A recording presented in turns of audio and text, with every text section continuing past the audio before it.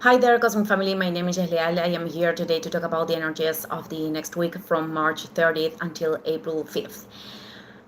The principal event is the full moon in Libra. All the transits that I'm going to describe are contained in that event. So I already did a video. I'm going to leave that in the reproduction list below, in the description below. So the manifestation of this full moon continues along the week.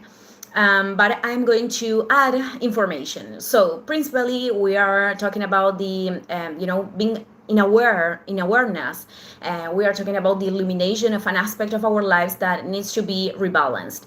Could involve a relationship, the relationship with ourselves that of course is projected on the relationships on the outside, or other areas of life. We could talk about resources or even the relationship with our physical body. And as the principal aspect is the tension with Jupiter in Cancer, this is something that is being shown in an amplified way. It is visible in an expanded way.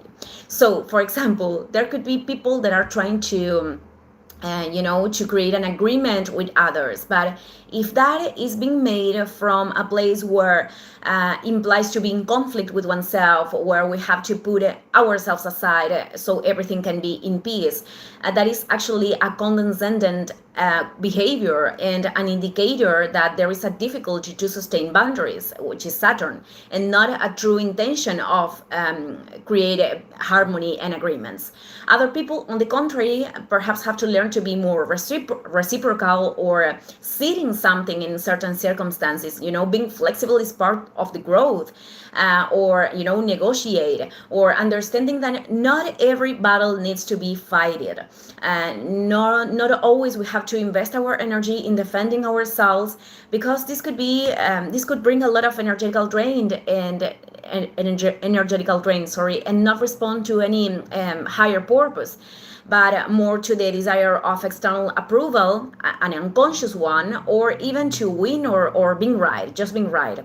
So many times we need to refocus ourselves in what is important and to move forward. Other thing to have in account, it is the tension with Jupiter. The tension with Jupiter could present this tendency to make decisions that could bring this immediate satisfaction or emotional relief, perhaps through excesses or doing something in excess that initially could feel good, but then it could produce the opposite.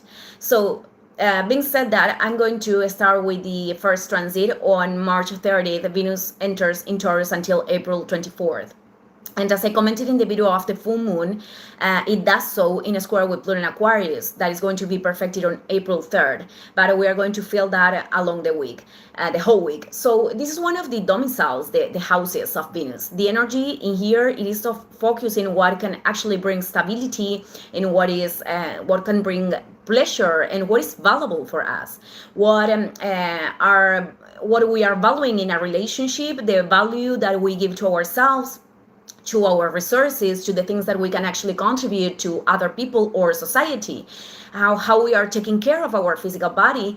And because we are in its full moon, whatever imbalance that can be presenting regarding all of these things. I mean, if there is an excessive attachment to material things, till the point that prevents us from making decisions that are important for the evolution of the soul, because we don't want to lose something, or the contrary, people that are experimenting difficulties in that area, but they are not taking care of that. They are not attending those situations, and they are escaping through other experiences.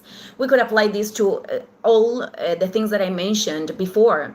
I mean, if we don't take care of our physical body, our terrestrial transport, or we don't care about how the image that we are projecting, we are not giving value to ourselves. But if we are only putting focus right there obsessively, the same imbalance in self-esteem makes that we are putting too much energy in the image that is being projected, in how other people are seeing us, in if other people are giving value to us or not, and perhaps that situation is inviting us to look inwards.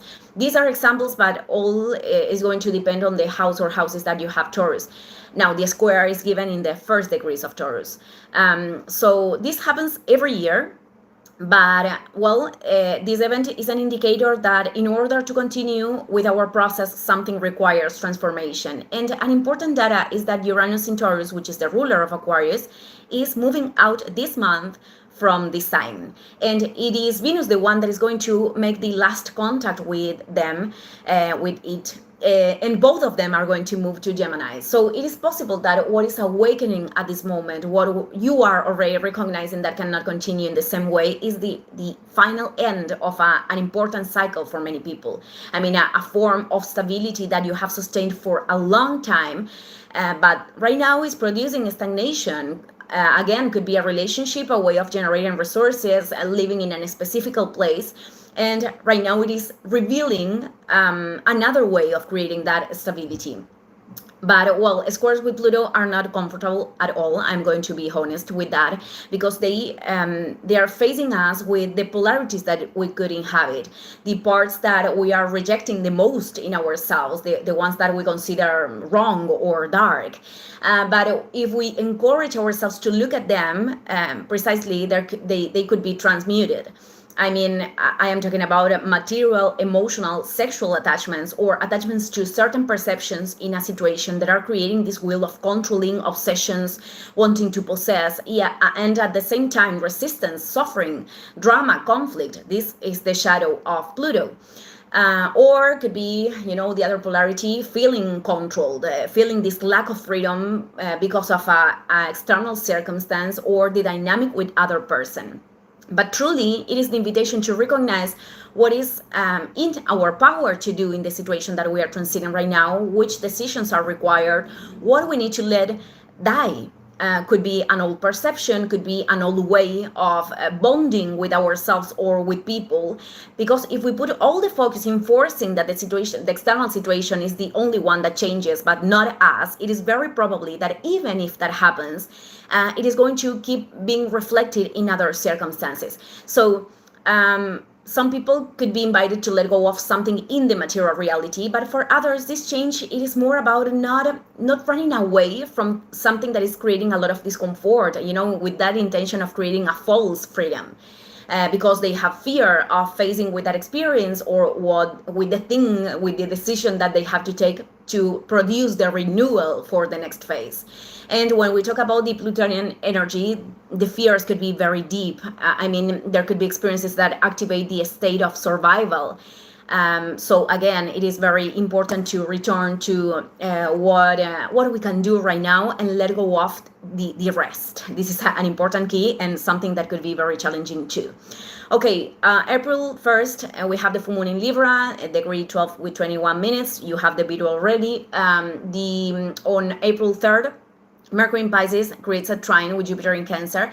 I talked about that in the previous video, so you can go to watch that. I'm going to go direct with April 5th, where Venus in Taurus creates a sextile with the North Node in Pisces and a trine with the South Node in Virgo. This is a marvelous aspect because Venus is connected in a harmonic way with the lunar nodes. And regardless that evolutionary decisions are always going to produce certain level of discomfort, many times a great level of discomfort, this aspect, it is a bridge of opportunity, impulse, so we can do that.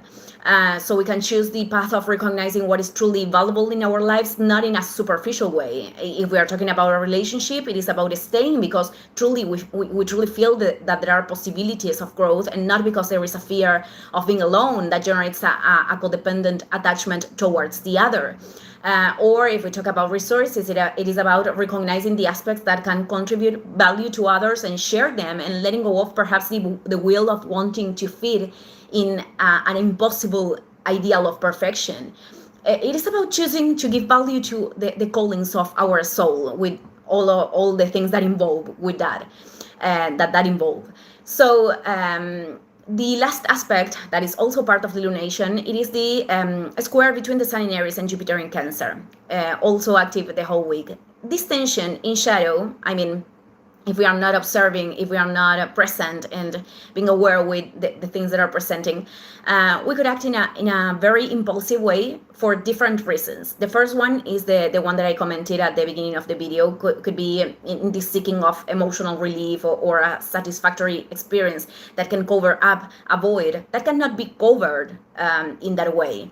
So could be through excesses, could be through sharing with people that are not actually nourishing relationships, but with the intention of distraction, people can do that, and of course later this have its consequences. We could also about making a decision regarding whatever circumstance, but in an optimism in denial of reality, which is the shadow of Jupiter, because inwards we actually detect that there is no possibility of growth in that experience.